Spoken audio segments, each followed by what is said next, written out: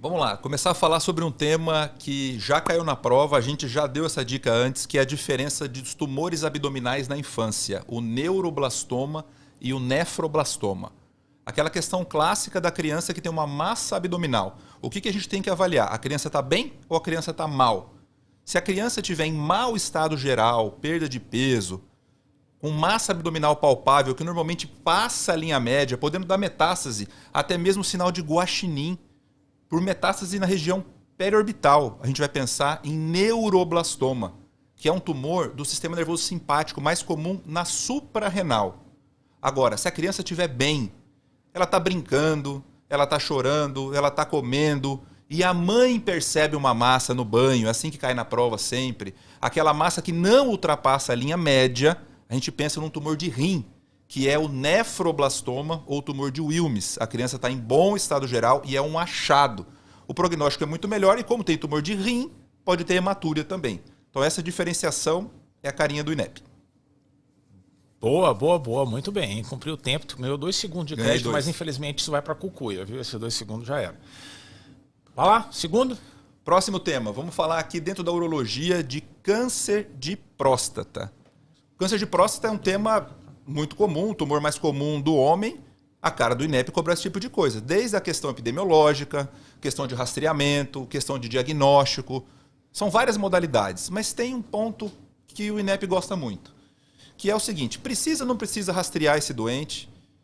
E se precisa, até quando? Tem muito cuidado, porque a Sociedade de Urologia ela vai pedir um rastreamento em todo mundo a partir de 50 anos, ou a partir de 45 se tiver fator de risco.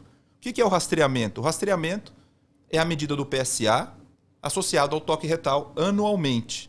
Só que o INEP ele gosta de perguntar, será que vale a pena?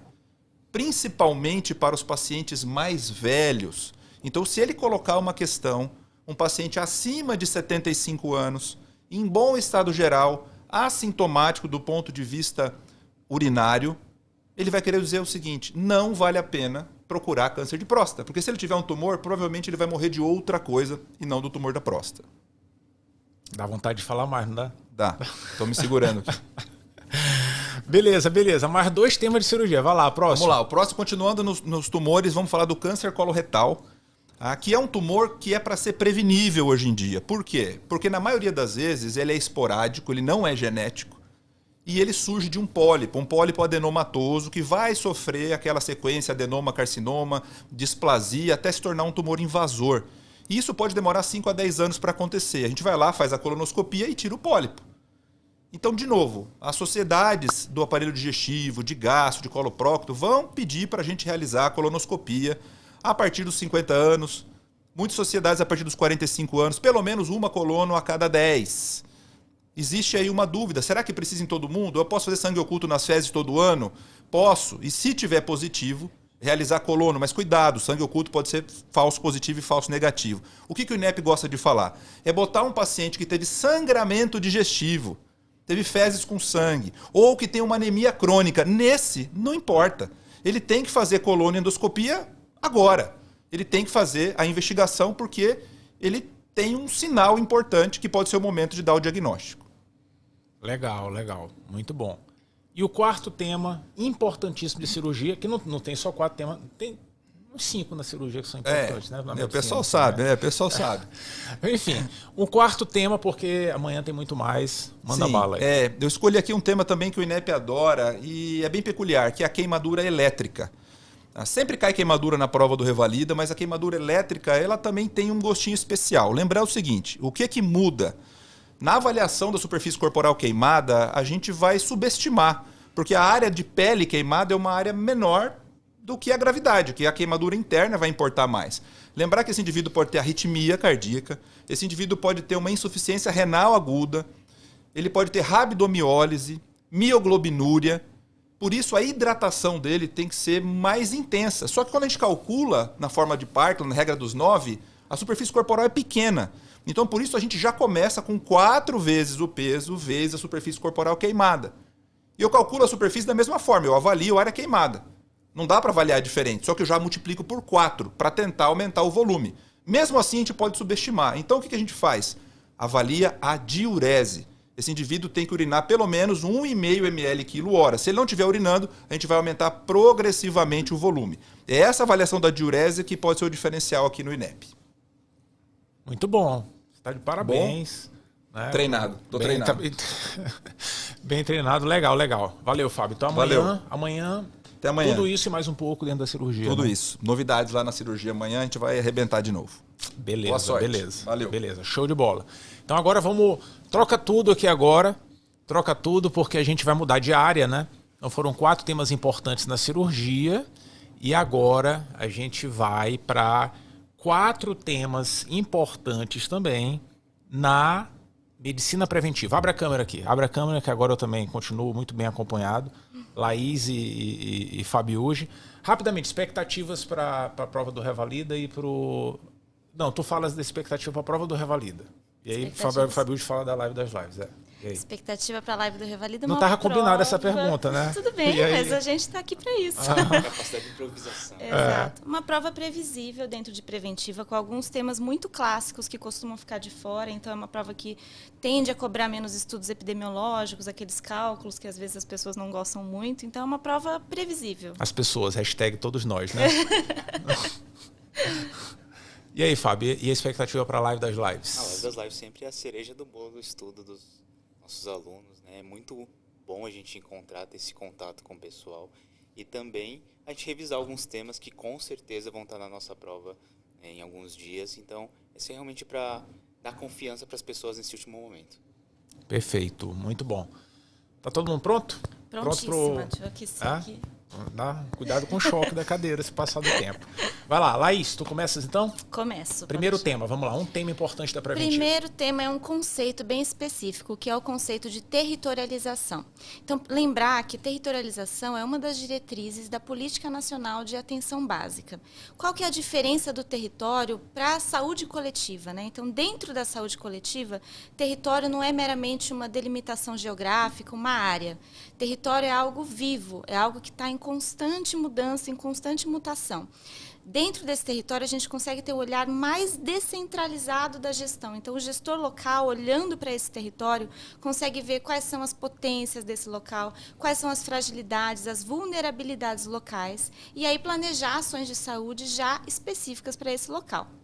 É importante a gente lembrar também que a APNAB preconiza que o território tem uma população adscrita de 2.000 a 3.500 pessoas. Essa variação é dependente da vulnerabilidade. Então, territórios com uma população mais vulnerável devem ter menos pessoas cadastradas, menos pessoas adscritas. É isso. Sobrou 5 segundos, hein? Legal, mas esses 5 segundos ficam para mim. Não acumula, entendi. Porque ninguém, enfim... Mas tu percebeste, Fábio, que ela no começo, ela começou a falar antes do cronômetro, né? Eu não tinha nem terminado, ela já pimba. Verdade, a ansiedade, né, que fala. Legal. E aí, Fábio, outro tema importante, segundo da preventiva. Vamos falar então de projeto terapêutico singular, o famoso PTS, que é uma das ferramentas mais utilizadas na atenção básica no contexto de clínica ampliada, que é quando nós queremos envolver uma equipe multiprofissional, inclusive o próprio paciente e sua família, no cuidado da saúde dessa pessoa. E como que a gente faz no PTS? Quais são os passos mais importantes? Primeiramente, a gente tem que fazer diagnósticos.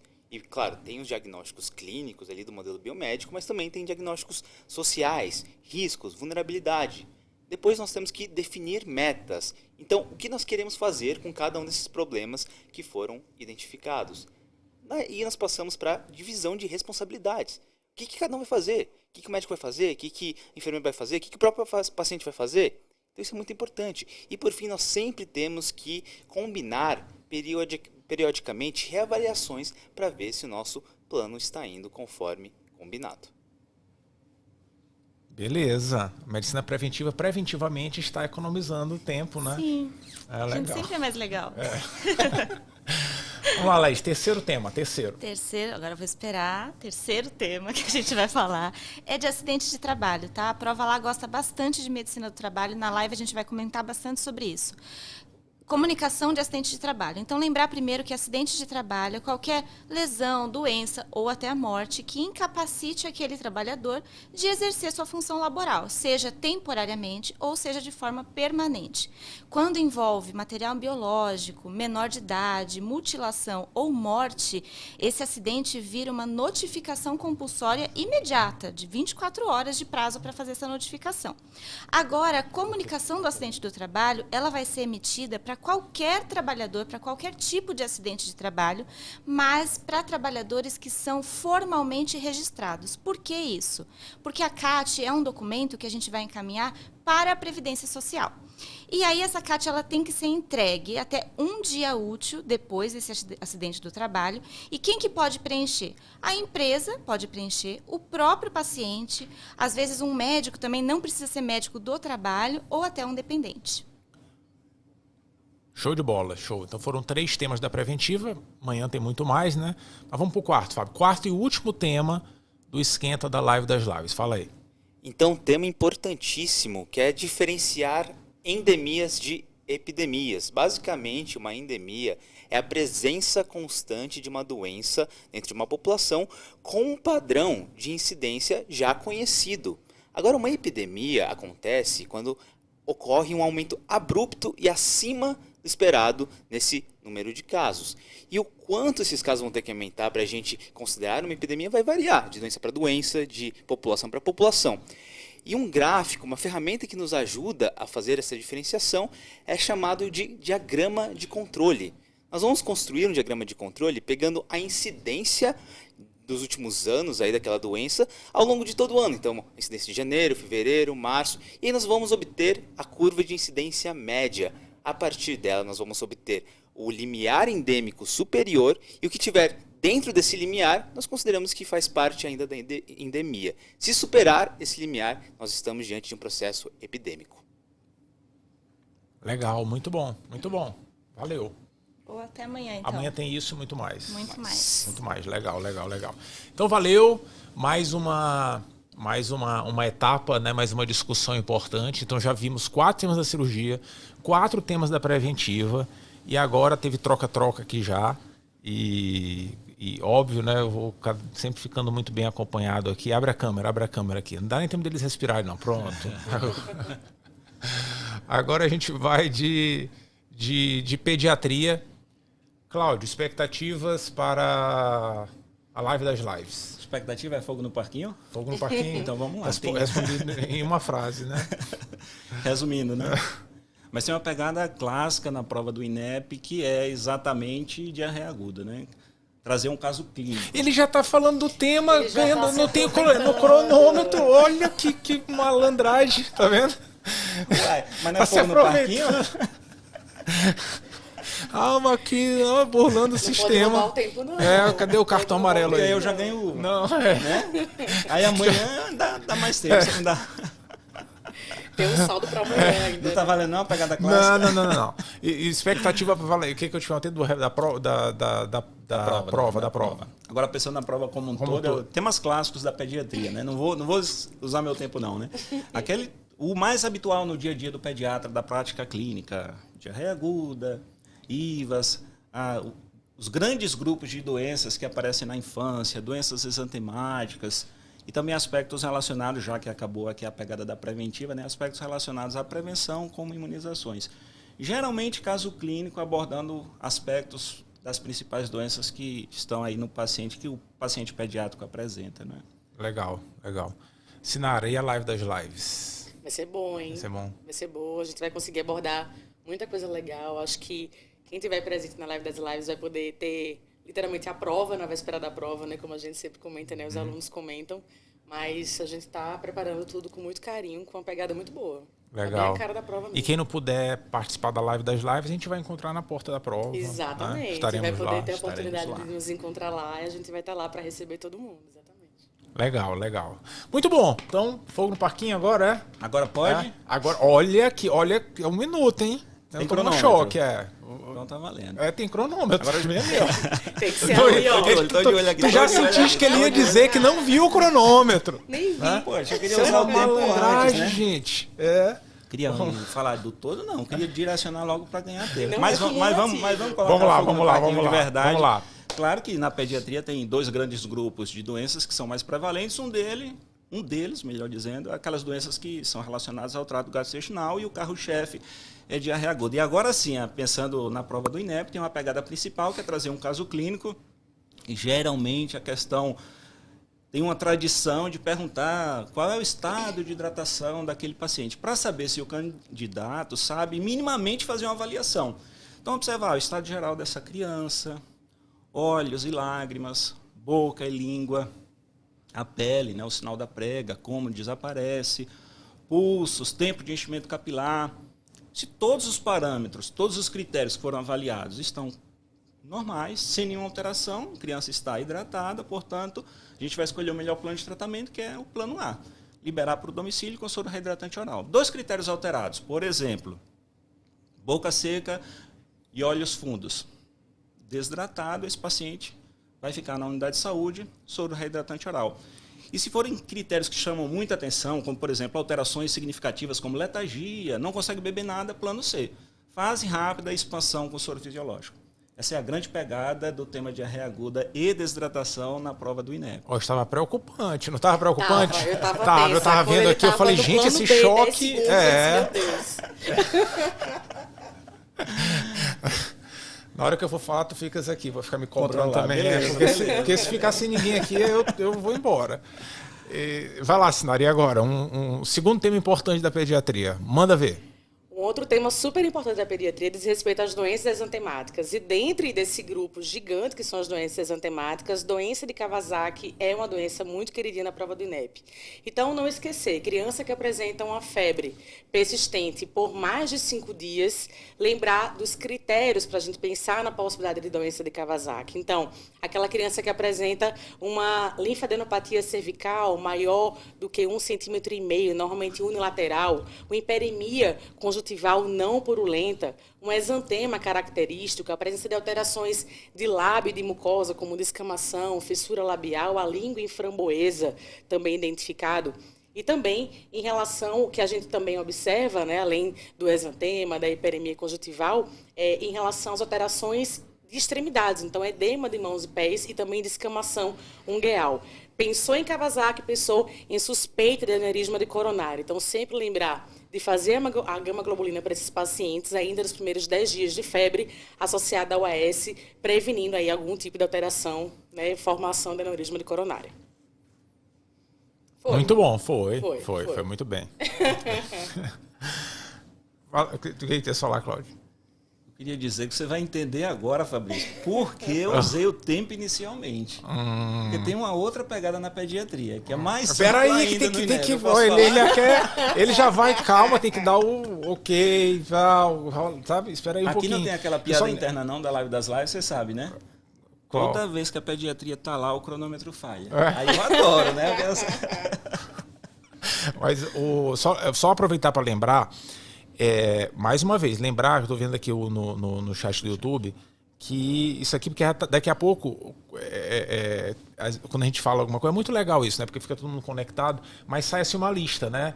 Os temas, apostas do hard work e tal. E começa a passar pelos grupos.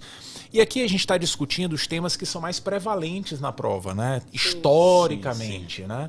Essa é a pegada, e amanhã eles estarão na live das lives com outros temas também que são importantes, talvez até mais importantes, né? Com certeza. Mais importantes. Mas enfim, é verdade. Terceiro tema, Cláudio, está pronto? Pronto, agora pode segurar aí o cronômetro, soltar. Vai lá. Tradicionalmente, imunizações é um tema presente na prova do INEP. E acho que tem 3 aspectos principais. Primeiro deles, aquela situação clássica de atraso vacinal. Então, não tem outra pegada. É ir para a prova sabendo qual é o calendário vacinal recomendado pelo Ministério da Saúde, principalmente nos 2 primeiros anos de vida. Lembrando ainda do adolescente, claro. Segunda pegada, contraindicações. Aquela contraindicação clássica onde o paciente apresentou sinais de choque, hipotensão, anafilaxia. Nesse caso, ele não vai receber aquela vacina ou um componente que ele teve essa reação anafilática antes que está presente na vacina. Além disso, ainda pensando em contraindicações, que a prova do INEP gosta muito de explorar, aquela situação de imunossupressão, paciente imunodeprimido, não pode receber essa ou aquela vacina. Ele não vai receber vacina que tem o bicho lá vivo atenuado. Por exemplo, vacina da febre amarela, vacina isolada de varicela e BCG, que é uma queridinha da prova do INEP. Lembrando que se esse paciente tem contato com alguém com tuberculose, não vai receber BCG. Vai receber isoniazida por 3 meses. Depois faz o PPD, dependendo do resultado, mais 3 meses de isoniazida ou vacine o paciente. É isso aí em relação a imunizações. Mas amanhã na live das lives olha, esse Nara rindo pra ti ali, ó. Olha ali, ó. Ele fazendo de conta que foi tudo certo. Exato, tipo, não vou nem o cronômetro amanhã vai ser meu amigo. Hoje ele tá na cola aqui. Mas amanhã tem mais coisa, Fabrício. Amanhã tem muito mais coisa, muito assunto mais, né? Vamos lá, mas eu quero fazer um comentário que eu vi aqui no chat, uma coisa muito importante, né? Alguém falou, deixa eu identificar aqui quem foi. Nossa! Apagou. Poxa. Será que era outra mensagem? A pessoa falou assim, só vocês para me fazer sorrir numa hora dessa. Acho que a gente está aqui para isso, né? Sim, a gente está aqui para dar apoio, estimular, né? Estender as mãos. É para isso que a gente está aqui. A informação está no livro, né? Está aí ao alcance de qualquer um de nós, né? Então, o nosso papel aqui enquanto ser humano é outro, né? Então, sim, né? Que bom que a gente está conseguindo fazer sorrir numa hora dessa, né? E que esse sorriso se perpetue, independente de resultado na prova, né? Porque, como a gente sempre conversa muito aqui, o importante é a caminhada e toda a história que a gente constrói. Mas muito legal. Trazer leveza, né? Que eu acho que é importante, né? Nesse período pré-prova, né? Muito bom. Sinara, com seus sorrisos habituais, né?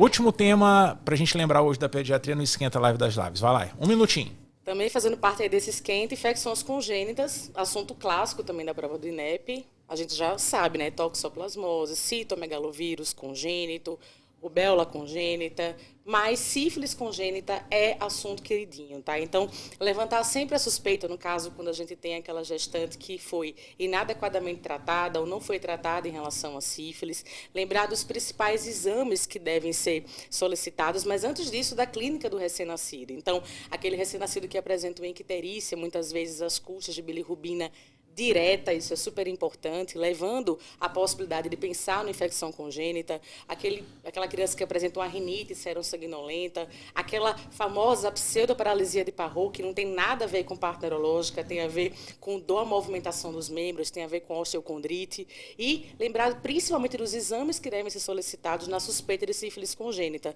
raio-x de ossos longos, hemograma, VDRL e líquor, né, que vai principalmente definir em relação ao tratamento para neurosífilis ou não.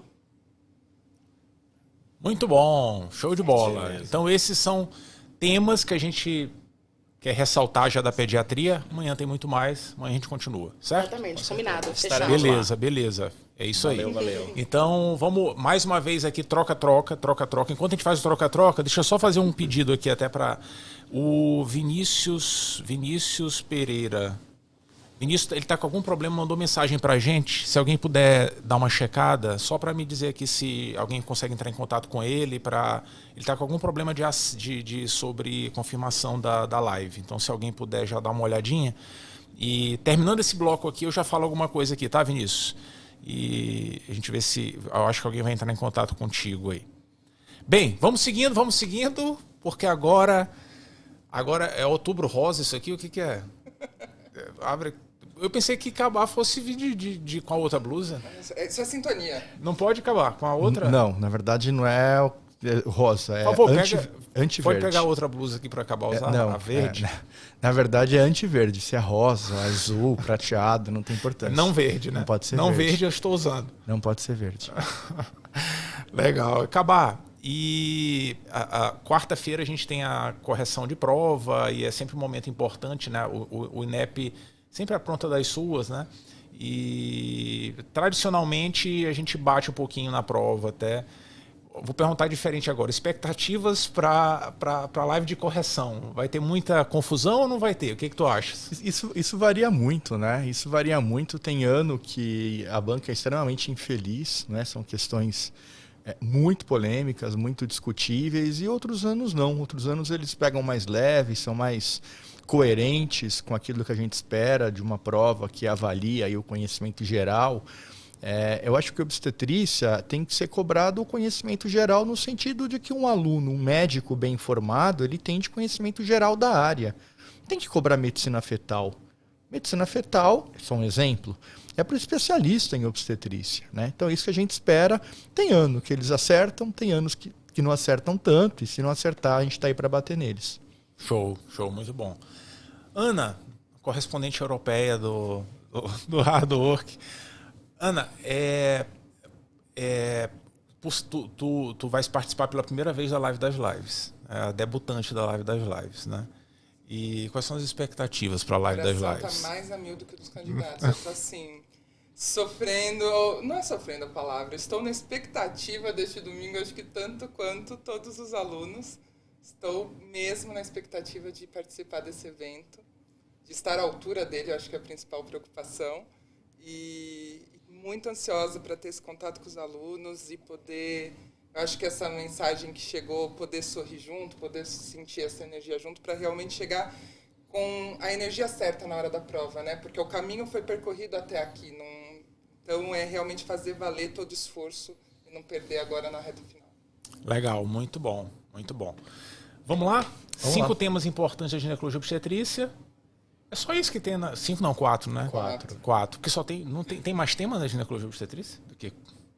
Acho que 4 deve ter 1/10 da obstetrícia, né? Só na obstetrícia você multiplica 4 por 10, tem mais a ginecologia. Eu tô em minoria aqui, não posso nem... vou ter que aceitar o argumento, enfim. É isso aí. Vamos lá, acabar. Primeiro tema? Vamos lá, vamos falar sobre eclâmpsia, tá? Eclâmpsia é um tema muito importante porque é a principal causa de mortalidade materna no Brasil, tem que saber eclâmpsia. E aí, vamos falar primeiro do conceito, da definição, que é a presença de convulsões tônico-clônico generalizadas. Isso aparece. Iminência de eclâmpsia é cefaleia, epigastralgia, alterações visuais. O que é importante? Nós vamos tratar da mesma maneira que seria com sulfato de magnésio. Uma coisa que eles exploram é o controle que tem que se fazer quando se utiliza o sulfato de magnésio. Como é que eu faço o controle que vai ser clínico? Primeiro, eu vou controlar reflexo patelar. Quando começa a aumentar a magnesemia, começa a dar sinais de que está começando a intoxicação, desaparecem os reflexos. Se eu não percebo e continuo infundindo, eu vou ter bradipneia e parada respiratória. E quando eu não percebo, eu continuo dando sulfato de magnésio, ela vai ter uma parada cardíaca, vai dar uma morridinha. Então, cuidado, o controle ele é clínico e quando há sinais de intoxicação, o antídoto é gluconato de cálcio. Muito bom, muito bom. E acabar, olha essa mensagem aqui que está aqui no chat aqui, ó. Opa, mas ainda bem, né? Fiquei 3 meses careca completamente para isso, né? Vamos ver se... Uma mensagem que, olha, tem cabelo. Opa, já bem. Um dia eu recebo uma dessa também, viu, Cabá? Eu até ia comentar, vou deixar para lá. O Fabrício agora tá mais careca que eu, mas até aí tudo bem, né? Já que ele deu a deixa, agora eu posso falar, mas ok. Ai, meu Deus. Vai lá, Ana, ó. 1 minuto, tu leva choque aqui. Se não... Eu acho que Principiantes podia ter dobrado. Vai lá, manda ver. Bom, Revalida adora falar sobre o câncer de colo, um tema super prevalente na prática clínica e se justifica que seja realmente prevalente numa prova da revalidação médica. E aqui a gente não pode ir domingo para a prova sem lembrar a respeito dos critérios para o rastreamento do câncer de colo do útero. Ele está indicado a ser realizado para toda mulher sexualmente ativa a partir dos 25 anos, sendo que ele deve ser realizado 1 vez por ano e quando nós temos 2 exames consecutivos normais, esse rastreamento pode passar a ser feito a cada 3 anos. Isso nós vamos seguir até os 64 anos, quando nós podemos interromper o rastreamento para o câncer do colo do útero, desde que essa mulher tenha 2 exames normais nos últimos 5 anos. Lembrando que o rastreamento do câncer do colo do útero é realizado com a colpocitologia oncótica, ou seja, o Papa Nicolau que nós conhecemos. E uma dúvida super frequente, e a gestante, o que eu faço? Exatamente a mesma coisa que a mulher não grávida. Isso não pode mais ser uma dúvida. Muito bom, show de bola. Show de bola. Acabá, terceiro tema da GO. Olha, eu vou aqui fazer uma licença poética e não falar de GO, vou falar de ética médica, que a ética médica é um tema muito importante. O Revalida adora esse tema. E aí vamos falar a respeito do sigilo médico. Aliás, o que tem dado de dor de cabeça com violência sexual e sigilo médico, a gente vai falar isso na live das lives, tá? Bom, como é que eu tenho autorização de quebrar o sigilo médico? Nos casos de autorização por escrito do paciente, nos casos em que eu tenho um dever legal e nas situações em que eu tenho um motivo justo. Autorização por escrito é fácil. Dever legal é quando a lei nos obriga a quebrar o sigilo. E tá aí aquela lei de 2019 que diz, em caso de violência contra a mulher, nós temos que notificar a polícia, a autoridade policial, em até 24 horas. Veja, nada revogou essa lei. Isso é uma lei e ela continua vigente. Por último, o dever legal. Dever legal, aliás, na verdade, o motivo justo. O motivo justo é quando nós temos, por exemplo, uma infecção sexualmente transmissível que eu tenho que contar para o parceiro e parceira. Se a paciente não quer contar, eu vou convocar e vou contar o diagnóstico. Show, muito bom, muito bom. Por hoje, o quarto e último tema mais importante da ginecologia e obstetrícia para a prova. Lembrando que amanhã tem muito mais. Manda ver, Ana. Último tema, então, para a gente se despedir e esperar por todo mundo amanhã na live. Outro tema queridinho que o Revalida adora são as hemorragias da primeira metade da gestação. Lembrando que os diagnósticos diferenciais são abortamento, gestação ectópica e a mole datiforme. Mas gestação ectópica tem um lugar no coração do Revalida. E aí a gente tem que lembrar que o tratamento padrão ouro para gestação ectópica é o tratamento cirúrgico. Nós estamos diante de uma situação que eu tenho um risco iminente, que é essa gestação que está ectópica, se rompa e ofereça um risco para a saúde dessa mulher, inclusive um risco de vida. Por isso, optar pelo tratamento conservador nestes casos depende de que critérios muito bem estabelecidos estejam presentes. Eu preciso ter um beta-HCG menor do que 5.000. O saco gestacional ele precisa estar íntegro e ser menor do que 4 centímetros. Obviamente, essa mulher precisa estar estável hemodinamicamente, não posso encontrar líquido livre na pelve e, se eu for usar metotrexate, lembrar que eu preciso ter hemograma, função renal e função hepática normais. Muito bom, muito bom. Então amanhã tem mais. Muito mais. Muito mais. Amanhã é o dia. Muito mais. Legal, legal, legal. Então valeu, essa foi a ginecologia obstetrícia e agora a gente vai falar de medicina, né? Agora chegou a vez da clínica médica. Só lembrando, eu falei do caso do Vinícius, que comunicou com a gente aqui no chat, já tá tudo sendo resolvido, né, Vinícius? E, enfim, qualquer pessoa que tiver qualquer tipo de dificuldade, fiz minha inscrição, não recebi e-mail, dá uma olhada no spam. Muitas vezes está lá no spam. Mas se fez inscrição, veja, a gente não está aqui para gerar mais ansiedade, né, em ninguém. Então, se fez, está tudo certinho, até prova contrária, está tudo certo, está tudo ok. E aí, com calma, entre em contato com a gente, manda uma mensagem, que tão logo seja possível será respondido. Qualquer coisa fala direto com a gente, então tudo dá certo, tudo dá certo. Tá bom? A gente tem que ter o foco mesmo, assim, toda a concentração para a prova. Vimos 4 temas importantes da cirurgia, vimos 4 temas importantes da medicina preventiva, vimos 4 temas importantes da pediatria, da ginecologia obstetrícia e agora veremos 4 temas importantes, clássicos da prova do INEP dentro da clínica médica. E como não tem mais ninguém aqui, eu posso passar do 1 minuto, né? Tá todo mundo ali esperando, só doido para alfinetar, né? Fala assim, cadê apagar a luz, passar? Enfim, mas vamos lá. 4 temas importantes, clássicos da prova do INEP. Pode contar meu tempo aí, ó. Primeiro tema, muito, muito, muito importante. Asma e DPOC. Asma e DPOC. Veja, cai muito. Asma cai muito, muito, muito. DPOC um pouquinho menos. Eu quero lembrar aqui agora, nesses poucos segundos, do diagnóstico dessas duas doenças. Porque tem algumas coisinhas um pouco a ver, apesar delas serem diferentes. A asma é uma doença classicamente episódica, DPOC é uma doença crônica e progressiva. Ambas doenças, que têm essa característica sintomática diferente, não recebem um diagnóstico através de exame de imagem. A asma, geralmente, imagem é normal, né? DPOC pode ter hipersufação, pode. O que ajuda mesmo é a espirometria. Essas duas doenças, asma e DPOC, são classicamente doenças obstrutivas e a gente espera na espirometria encontrar a relação VF1-CVF menor do que 0,7. Mas atenção, na asma nem sempre isso estará presente. Pode ter, pode não ter. Na DPOC não, isso é obrigatório. Mas não para por aí. Classicamente na asma a gente encontra resposta ao uso de bronquodilatador na espirometria. Classicamente na DPOC a gente não encontra, mas cuidado. Eventualmente pacientes com DPOC podem ter resposta a bronquodilatador. Fechou? Legal, né? Pois é, esse é o primeiro tema. Amanhã a gente vai conversar um pouquinho mais até sobre outros aspectos relacionados a essas doenças, mas essa questão diagnóstica é sempre muito, muito importante. Vamos para o segundo tema? Segundo tema dentro da clínica médica. Então, primeiro, asma e DPOC, ok.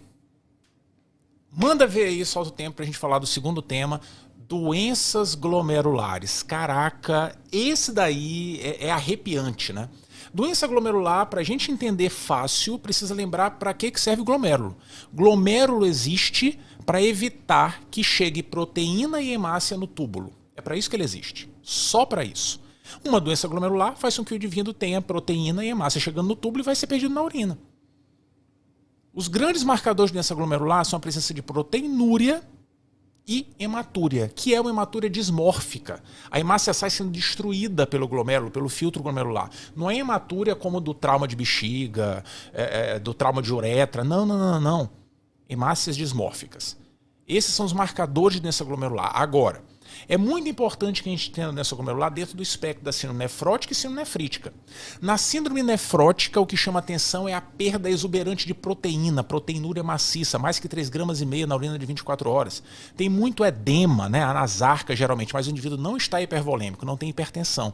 O que costuma acontecer na síndrome nefrítica, que tem muita inflamação, reduz taxa de filtração glomerular, edema e hipertensão. Foi?